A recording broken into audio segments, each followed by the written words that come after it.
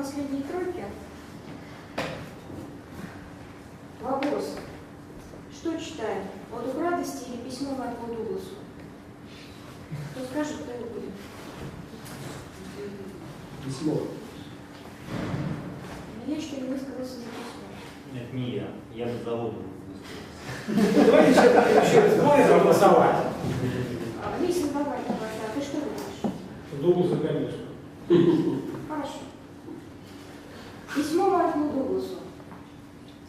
Пропуская дежурные мысли о влюбленности киногероя и одиночестве звезды, скрываю в ту сторону черепа, где лежит суть. Описать-то ведь не о чем.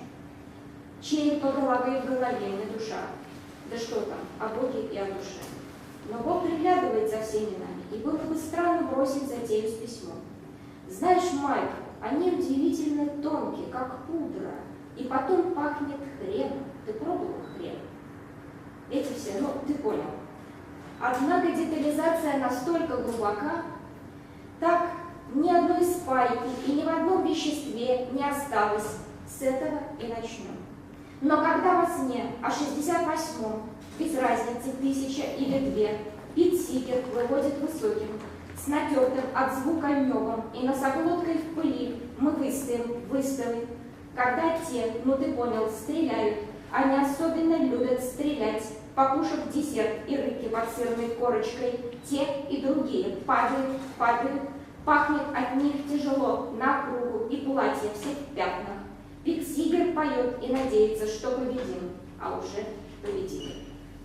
Опыты и информация снов человеческих обесценены невосприятием жертвы. Там после навскидку идут самолеты и танки, а те очень тонкие собираются, чтобы не о войне на фоне извечного сможем преодолеть. Мы выстоим. Смысл только в звуке пальбы. Ты умеешь стрелять, Майкл, как умеешь играть на рояле и на гитаре, иначе зачем бы я писала тебе?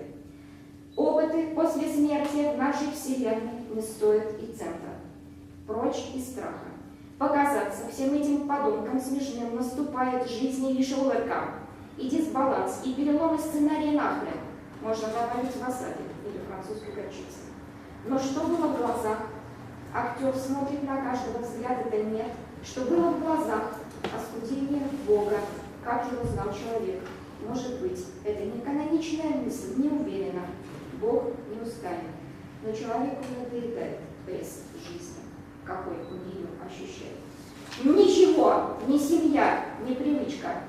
Бог смешон в этом мире, как смешон и герой.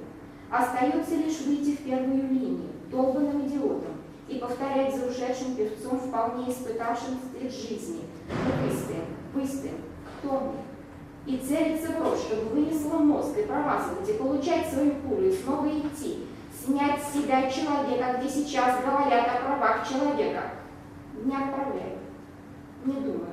Пусть будет только в стихах, и до всех, и до поля, где сустав подползает к суставу. Спасибо.